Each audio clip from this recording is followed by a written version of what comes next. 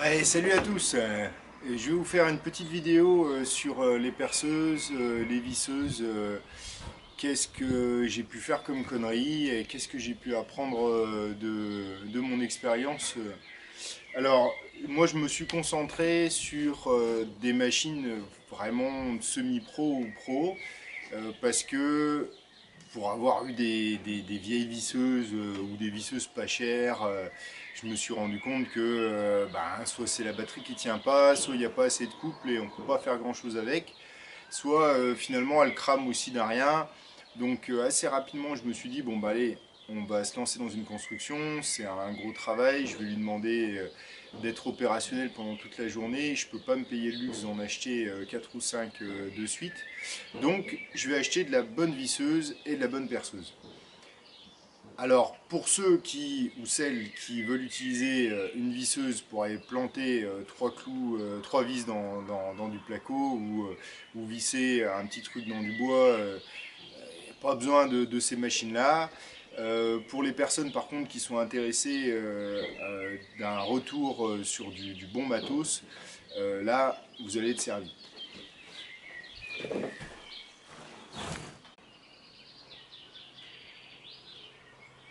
Oh, attendez, il y a un peu de poussière là. Ah, faut pas nettoyer avec les doigts normalement, mais ouais, comme ça vous allez peut-être me voir mieux. Euh, pour la perceuse, il faut quand même se dire, enfin moi en tout cas, je me suis retrouvé un peu con parce que j'ai acheté cette perceuse, la DHP 480 de chez Makita. Alors elle a tout. C'est la plus puissante au niveau du couple. Elle a le mode percussion, elle a le mode vissage, elle a le mode perçage. Bon, j'ai fait une connerie. J'ai pris le modèle le plus puissant avec la percu. Ça rajoute du poids.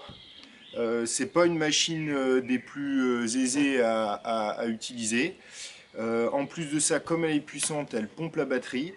Donc au final, j'ai une machine qui est vachement performante, mais trop performante pour l'usage que j'en ai, et qui va me demander d'avoir une grosse rotation au niveau des batteries. Pour quelqu'un qui multiplie les outils sur les mêmes types de batteries, c'est important de faire attention à la consommation de chaque outil, parce que sinon on peut vite se retrouver en rade avec les batteries et devoir en acheter plein, et ça fait un énorme budget à la fin. Donc, chez Makita, j'en ai pas utilisé beaucoup, mais j'en ai utilisé deux. J'ai utilisé un modèle, un des premiers modèles en 18 volts, qui a pas beaucoup de couple. Je me souviens pas de la référence, mais je vous la mettrai éventuellement en image ici. Et puis j'ai utilisé ce modèle, il y a une énorme différence. Au niveau du poids, il n'y a pas énorme. Au niveau de l'autonomie, on a vraiment beaucoup. Donc le conseil que j'ai à vous donner, c'est garder vos thunes pour une bonne visseuse à choc. Mettez l'argent qu'il faut, d'accord, mais sans abuser au niveau de la perceuse. Alors je me rends compte que j'ai toujours la même position, mais vous inquiétez pas, hein, j'ai pas spécialement mal au dos, mais je sais pas, et je me dis que c'est ma position fétiche pour pouvoir parler à un trépied.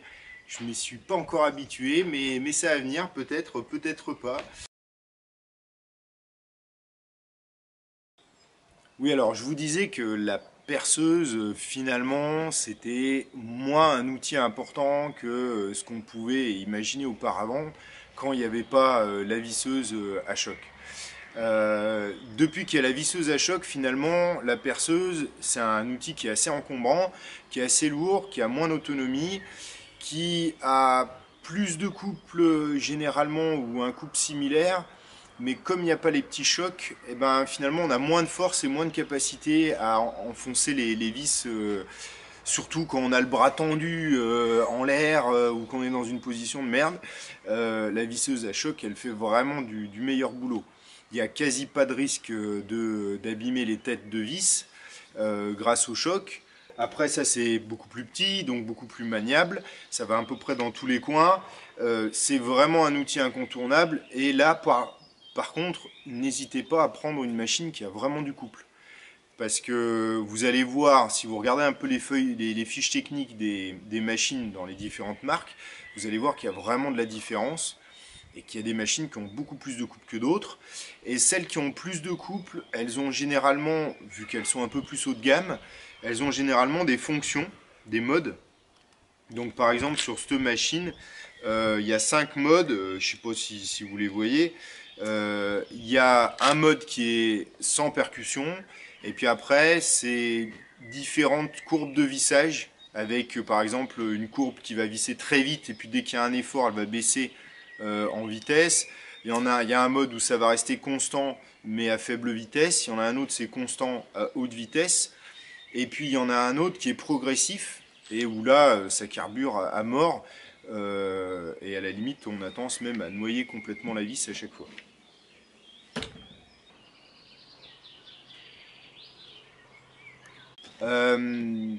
Donc voilà, récap. La visseuse, perso, moi je conseille de ne pas tomber dans les travers de la com et se dire le meilleur c'est le mieux. Achetez juste ce qu'il vous faut. Je vous conseille du brushless parce que vous n'avez pas de problème de charbon, et puis surtout le moteur est beaucoup plus puissant et il consomme moins. Donc à la limite, si vous êtes parti sur du haut de gamme en 18 volts chez Makita, ben, vous laissez tomber toutes les machines qui ne sont pas brushless. Vous prenez la première, la moins chère des brushless, terminé, sans percu, sans rien, et c'est nickel.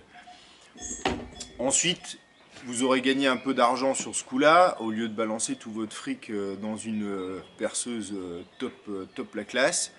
Et ben vous pourrez rebasculer cet argent-là éventuellement sur une visseuse à choc qui, elle, par contre, serait un peu plus haut de gamme. Parce que, comme je vous l'ai dit, cette machine, elle vous permettra beaucoup plus de choses et vous ne resterez pas coincé avec. Pareil que mes vidéos sont pas assez dynamiques, alors j'ai pas arrêté de changer le trépied de place, comme ça fait un semblant de dynamisme, j'espère que ça vous a plu. Dans la gamme aujourd'hui des fabricants d'électroportatifs en batterie 18 volts, il y a toujours une boulonneuse à choc. C'est éventuellement l'outil qui va pouvoir vous permettre de mettre du gros tire-fond et de la grosse vis.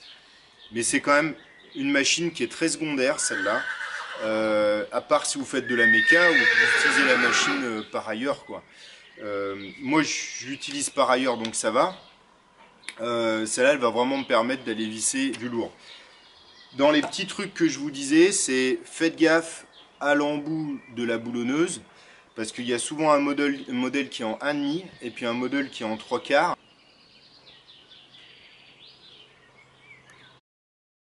Donc voilà, faut réfléchir à quel usage on va en faire et prendre bien l'embout qu'il faut. Et puis dans le deuxième truc que je vous ai dit peut-être dans la vidéo, mais que je vais répéter ici,